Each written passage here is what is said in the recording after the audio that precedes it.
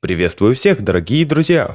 Сегодня в ролике давайте посмотрим на подтверждение видеокарты RTX 3050 и RTX 3050 Ti. Оценим производительность Core i9-11900K и узнаем о подорожании материнских плат. Обо всем этом и о многом другом я расскажу вам прямо сейчас. Но перед тем, как мы начнем, не забудьте подписаться на мой канал и нажать на колокольчик, чтобы быть в курсе самых актуальных новостей. И с вашего позволения, я начну новогодний выпуск «Зеленого лагеря», где компания Lenovo подтвердила существование видеокарт. На днях она обновила ассортимент своих игровых компьютеров Legion, добавив в их спецификации неанонсированные видеокарты RTX 3050, RTX 3050 Ti, а также RTX 3060. Такие карты предлагаются в составе игровой системы с модельным номером Legion R5 28IMB05. По данным производителя, модель RTX 3050 оснащена 4 гигабайтами видеопамяти GDDR6, но подробные характеристики не указываются. Зато есть информация о наборе интерфейсов, в число которых входит один разъем DVI. Более старшая модель RTX 3050 Ti уже оснащена 6 гигабайтами памяти GDDR6 и сможет предложить только DisplayPort и HDMI.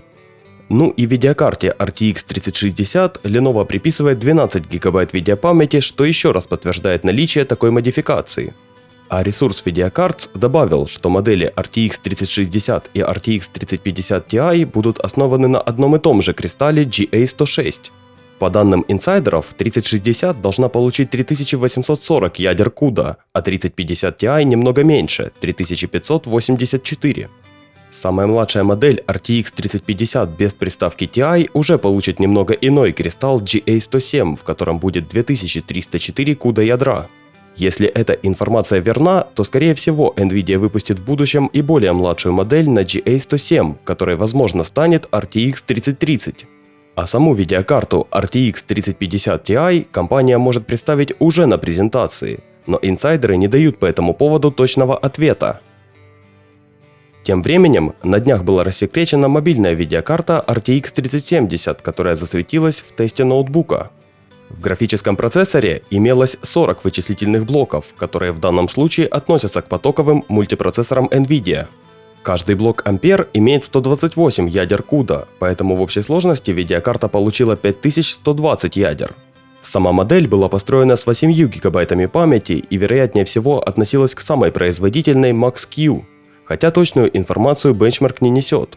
По результатам двух прогонов видеокарта набрала 110 тысяч баллов и практически приблизилась к десктопной RTX 2080 Super. Но если сравнить результат с предшественником в лице RTX 2070 Max-Q, то можно рассчитывать на 30% прирост, по крайней мере в тестах OpenCL. А южнокорейская компания MTech недавно представила свой нестандартный вариант видеокарты HV Black Monster, а теперь она предлагает модифицированную версию этой графической карты в стиле игры Call of Duty. Такая модель RTX 3080 поставляется с 3 8-контактными разъемами питания и имеет ТДП 370 Вт, что является одним из самых высоких показателей среди всех потребительских 3080.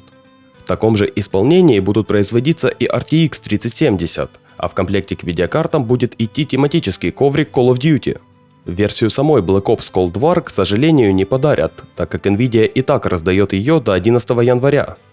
И, к сожалению, карты MTech продаются только в Южной Корее, а это означает, что ускорители не будут доступны в остальном мире.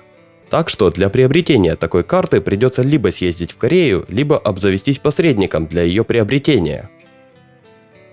А по сообщениям сетевых источников, корпорация Microsoft уже работает над внедрением нового инструмента командной строки Windows 10 под названием Disk Usage. С помощью этой функции пользователи смогут узнать, что именно занимает место на диске.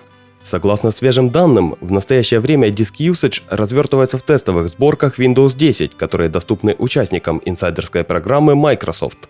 С ее помощью можно легко определить, какие папки занимают много места на определенном диске или внутри раздела. Сообщается и о возможности применения фильтров к определенным типам файлов, благодаря чему результаты сканирования могут быть более детализированы. И с помощью дополнительных фильтров можно будет легко определить самые большие папки, а также пропускать в процессе сканирования определенные файлы в зависимости от их типа. Источник сообщает, что в настоящее время получить доступ к упомянутой функции можно только из командной строки, Однако не исключено, что в будущем разработчики добавят ее в привычную панель управления. В синем же лагере начинается первый дефицит, который долго обходил Intel в прошлом году. На пару с новыми видеокартами в категорию дефицитных товаров скоро попадут и материнские платы с наборами логики B460 и H410. Об этом сообщили сразу несколько источников со ссылками на информаторов в цепях поставок.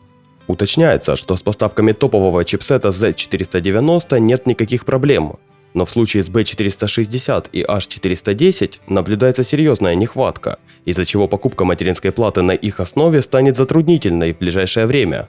Производители материнских плат уже начали принимать соответствующие меры и готовятся к изменению стратегии доставки и, конечно же, повышению цен на продукцию с учетом растущей стоимости дефицитных наборов логики. Скорее всего, виновником дефицита является перевод производственных мощностей на микросхемы логики 500 серии, официальный дебют которых уже не за горами.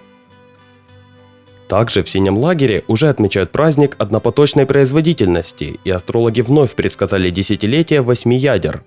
В сети появилась информация о производительности флагманского процессора Core i9-11900K во встроенном тесте утилиты CPU-Z. Согласно новой утечке из ChipHell, флагманскому процессору удалось преодолеть барьер в 700 баллов и выдать 706 попугаев в однопоточном тесте. Но все ядра 11900K были установлены на отметке в 5,2 ГГц. С таким результатом он обошел прямого конкурента Ryzen 7 5800X, причем как в однопотоке, так и во многопотоке. Но на стоковых частотах процессор показал 695 баллов, что чуть больше, чем у утекшего ранее i7-11700K. Но в многопоточной нагрузке он явно не дотягивается до Ryzen 7 5800X, который предлагает цельный блок CCX.